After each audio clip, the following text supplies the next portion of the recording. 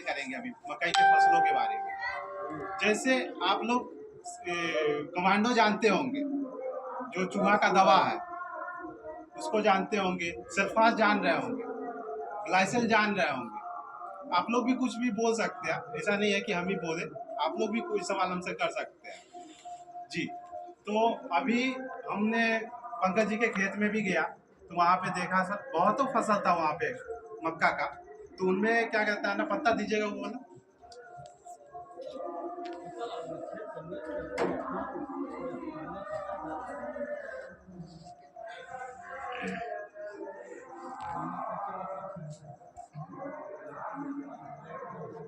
अभी यहाँ पे हम पत्ता भी लेके आए हैं बहुत सारा। जैसे ये जहाँ पे जिसमें स्प्रे किए थे कॉर्को का और जिसमें ना स्प्रे है उसका भी, दोनों का हम रिजल्ट देखने गए थे।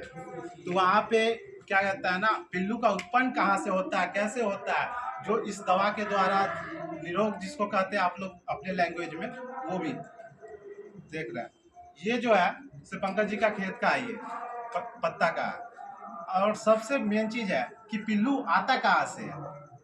अभी जो कह रहे थे भाई साहब कि संठी के जैसा पेड़ हो गया है पूरा एकदम, उसमें जो गावा खून नहीं रहा, गावा खून नहीं रहा, तो उसका कारण क्या है?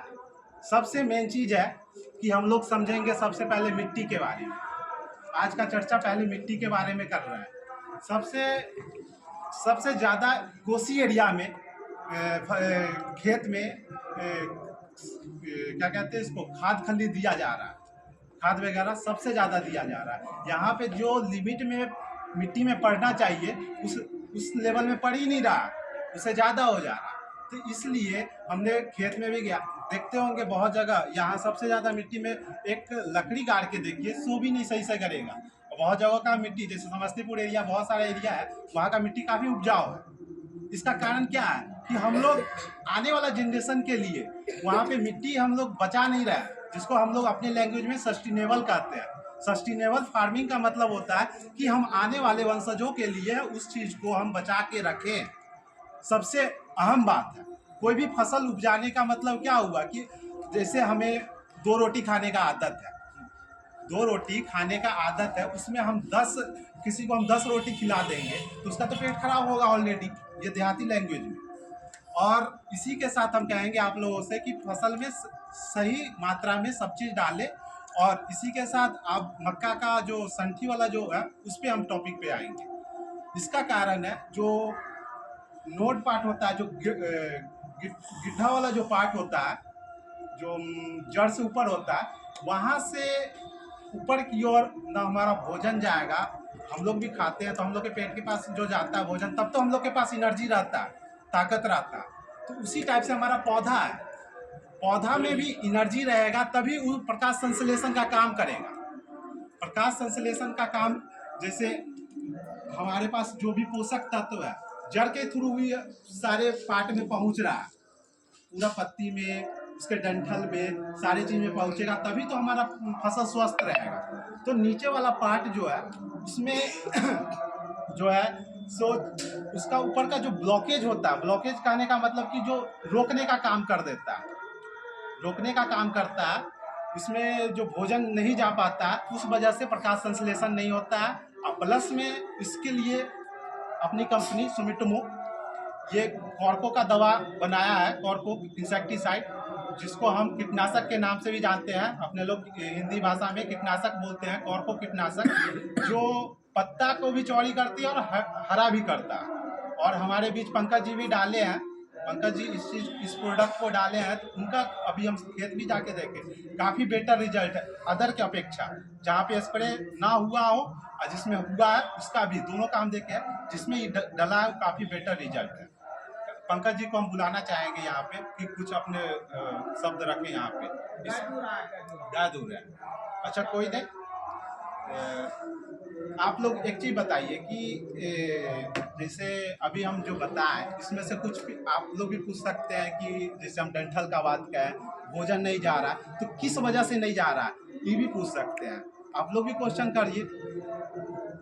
सबसे पहले आप बताएं कि ज़मीन के बारे में बता रहे हैं। जी जी। जमीन 1 एकड़ में कितना खाद देना चाहिए? DAP, पोटास, यूरिया, पहले इस पर तो जाइए। जी, जी।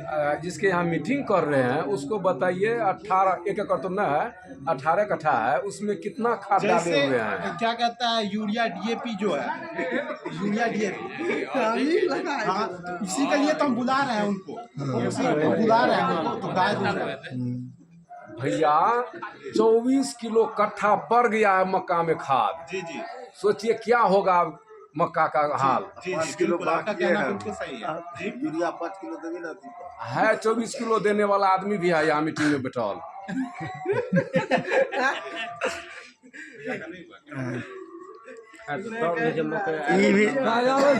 यही भी दिया है, यही भी दिया है। आवे वाला चंद लक्षण में हम वीडियो दिखाना चाहेंगे आपके बैरिया का।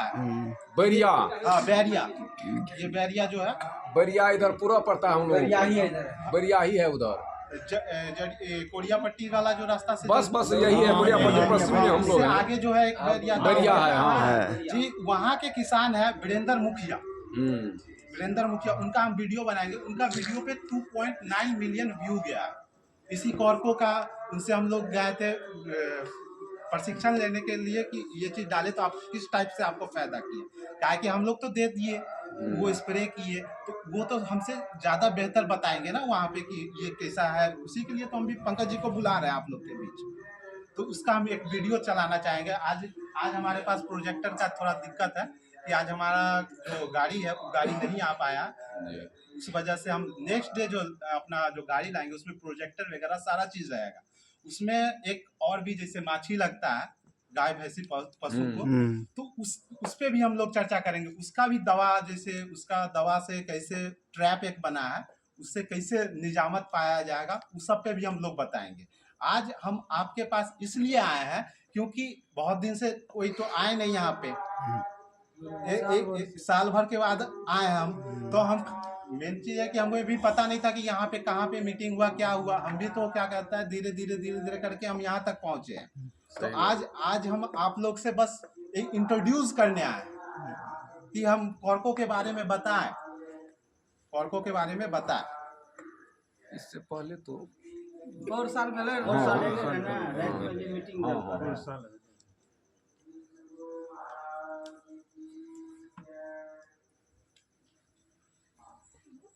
18 कट्ठा मकई खेत था। हम उम्मीद जब दबर दा के जब गिर भाव ना तो शायद वही बगल पीछे का गिर भाव। देखिए यही है, पिछले चल जाओ। मेरा नाम मनोज सिंह और आप सभी किसान भाइयों का नहीं वो बड़ा है तेरा सी पर मोबाइल पर नहीं है।